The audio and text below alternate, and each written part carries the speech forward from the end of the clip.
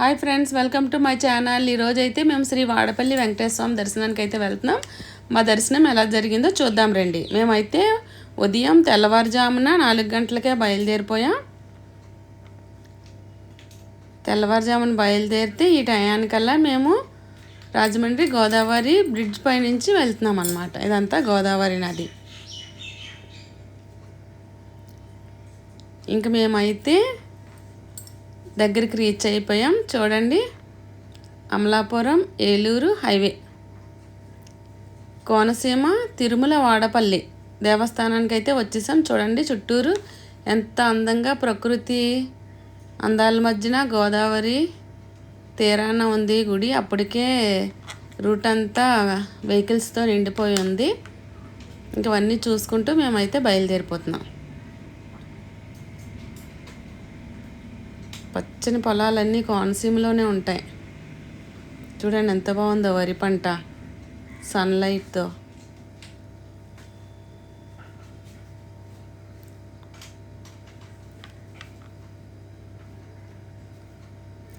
ఈ వాడపల్లి అయితే రాజమండ్రి అవతల రావులపాలెం దగ్గర వాడపల్లి అనే ఊరిలో ఉందన్నమాట ఈ గుడి.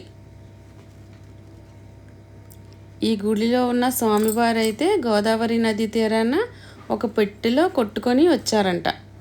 ఆ స్వామివారు ఎర్రచందనం రంగులో ఉంటారు. ఇక్కడ ఉన్న గజస్తంభం కూడా గోదావరిలోనే కొట్టుకొని వచ్చిందంట. అయితే ఈ స్వామివారికి 7 శనివారాలు 7 ప్రదక్షిణలు చేయాలి. ఒక్కొక్క శనివారం 7 ప్రదక్షిణలు చేయాలి. అలా 7 శనివారాలు తర్వాత అర్చన చేయించుకోవాలి. అప్పుడు మనం అనుకునే కోరికలు తీరుతాయని ఒక ప్రసిద్ధి. చూడండి పువ్వుల తోటలు అవి ఎంత బాగున్నాయో చుట్టూరు గోదావరి చుట్టూ. స్వామివారు ఇంత ప్రకృతి మధ్యలో ఉన్నారు. కనకంబరాల తోటలు, విరజాజులు, గులాబీ తోటలు ఇవన్నీ చూసుకుంటూ ఎంజాయ్ చేసుకుంటూ వెళ్ళాం మేమైతే.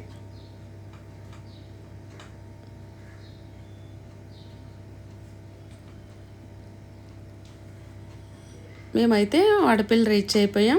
మా వెహికల్ని పార్కింగ్ ప్లేస్లో పెట్టుకొని అక్కడున్న దగ్గర నుంచి అంతా బజార్ అన్నమాట, సంతలాగా పెట్టారు. ఇవన్నీ చూసుకుంటూ మేమైతే ముందుకు వెళ్ళిపోతున్నాం. మా వారైతే ఒకటే అడావడి, ఇంకెక్కడికి వెళ్ళినా ఆగరన్నమాట. ఏమి చూడనివ్వరు. చూడండి చెట్టు నిండా మామిడికాయలు, పనాస మామిడికాయలు అంటారు కదా అవి. ఇంకవైతే మేము అన్నీ చూసుకుంటూ వెళ్ళిపోతున్నాం. ఇక్కడ చూడండి ఎంత జనం, ప్రదక్షిణలు అప్పటికే చేసేస్తున్నారు. ఇంకా విపరీతమైన జనాలు ఉన్నారు. స్వామివారికి ఫుల్గా ప్రదక్షిణ అయితే జరిగిపోతుంది. మేమైతే స్వామివారి నామాలు వేయించుకున్నాము. వేయించుకొని ప్రదక్షిణ చేసేస్తున్నాం.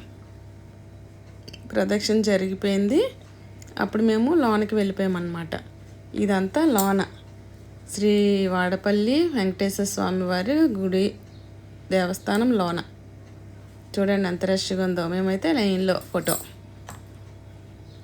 ఇలా తీసుకొని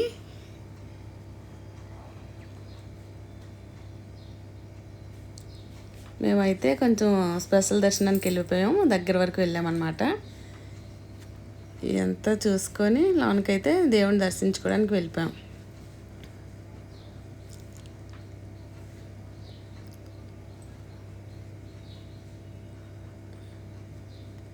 ఇక్కడ స్వామివారు అయితే ఒక రాజుగారికి కలలో కనిపించి, నేను ఇక్కడ ఉన్నాను, నాకు గుడి కట్టించు అనేసి స్వామివారికి కల్లో, ఈ రాజుగారికి స్వామివారి కల్లో కనిపించి చెప్పారంట.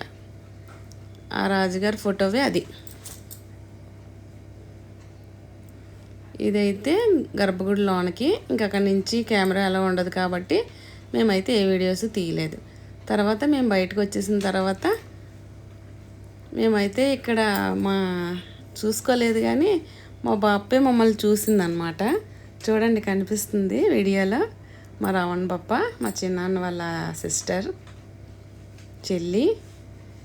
నేనైతే వెంకటేశ్వర స్వామికి తులసిమాల వేస్తున్న టైంలో తనే చూసి నన్ను పిలిచిందనమాట. తనైతే అప్పటికి 7 వారాలు ఈ వారంతో కంప్లీట్ అయిపోయాయంట. ఈ నైట్కి ఇక్కడ ఉండిపోయి రేపు మార్నింగ్ అర్చన చేయించుకుంటారంట వాళ్ళంతా. అయితే కాసేపు మా పాపతో సరదాగా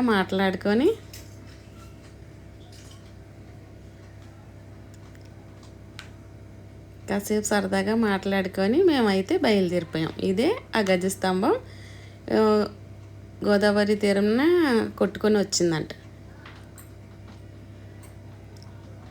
ఇంకా వాడపల్లి విమాన వెంకటేశ్వర స్వామి వారు బయట నుంచి దర్శనం చేసుకొని కొంచెం ఫోటోలు దిగి వచ్చేసాం. Okay friends, like share subscribe.